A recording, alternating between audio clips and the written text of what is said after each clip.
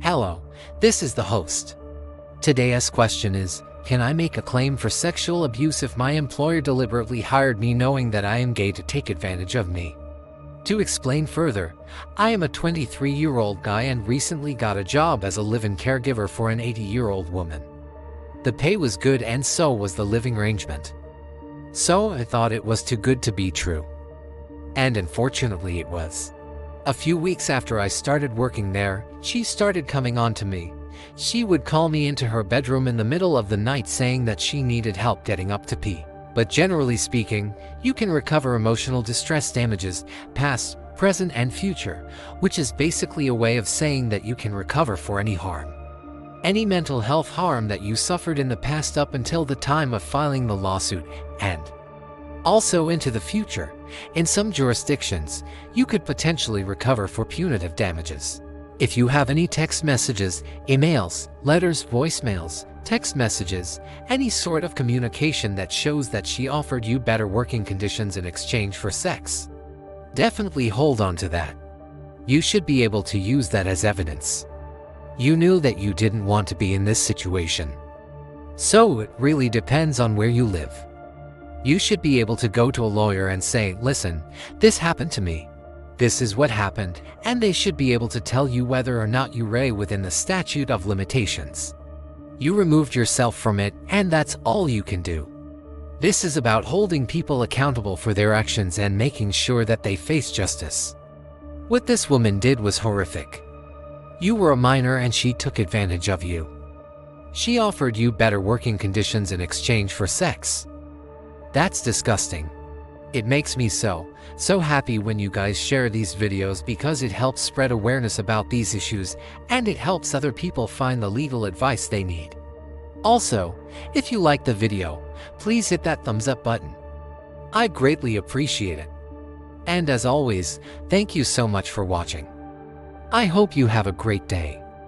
When it comes to the statute of limitations, it really depends on the jurisdiction. I think that you should come forward and talk to a lawyer. You said no and yet you're feeling guilty about it. You don't need to feel guilty about it. You did absolutely nothing wrong. At the very least, you can get the advice of a lawyer as to whether or not you have a case. But I think it's important to hold people accountable for their actions. She is no longer alive, but maybe this is a way to get some closure for you. Maybe this is a way for you to finally feel like you're getting some justice because again, you did nothing wrong. Some jurisdictions will allow you to bring a claim forward for things like this within 2 years of discovering the injury. Other places it might be 3 years, 5 years, 6 years. It really depends on the jurisdiction. Punitive damages are meant to punish the person and deter them from doing this in the future. You said that you feel terrible about how you treated her, but you needed to remove yourself from that situation. You did nothing wrong. You did the right thing by removing yourself from that situation. Yes. It's terrible that she passed away afterwards, but again, you're not at fault here. You did the right thing to protect yourself. Also, of course, you can recover for lost wages, things like that. It really depends on the jurisdiction. So, I just told her that and I moved out. Now, when it comes to bringing a claim forward, you're going to need evidence. You need to be able to prove what happened. And this is going to sound weird, but one of the best pieces of evidence you have is the fact that you didn't fight back. You didn't fight back because you were a minor at the time this happened and she is an adult. Therefore, you were in a vulnerable position and she took advantage of you. And I'm sorry that you had to go through that. It's horrible that this woman took advantage of you.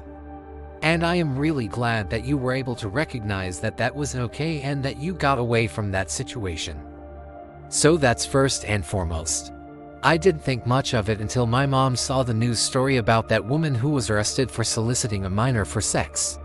This sounds like a clear case of quid pro quo sexual harassment. Quid pro quo means that there is a clear exchange of something for something else. In this case, she is offering you better working conditions in exchange for sex. Now, because you are male and she is female, it's not going to fall under traditional gender roles or gender stereotypes. You can still make a claim even though you are the male and she is the female. And I realized that she probably did the same thing with me. I feel like I should do something, but I don't know what. Any advice? Then once we'd both get back into bed, she'd start touching me inappropriately. I was disgusted but also scared of losing my job, so I just kind of put up with it. This went on for about a week before I finally told her that I am not into older women and that I don't want anything to do with her. I know that's not nice to say and I felt bad about it, but I had no other choice. I couldn't keep working there. I couldn't keep putting up with it. So, I just told her that and I moved out. I feel terrible about how I treated her, but I had no other option. I couldn't keep working there. I couldn't keep putting up with it. First off, I want to commend you for getting away from that situation. That sounds really, really awful. Now, regarding your question, can you sue for sexual abuse? Absolutely. Now, when it comes to damages that you can recover in a case like this, it will depend on the jurisdiction and what the laws are where you live. But overall, yes, you have a fantastic case here. So even though this happened quite a while ago, I would recommend going to a lawyer, talking to them about it, and seeing what your options are. And I know you feel bad about how you acted towards her. And it sounds like you were very mature about this. Some jurisdictions, if you are a minor and you don't discover the injury until you are of age, then the clock doesn't start ticking until you reach the age of majority.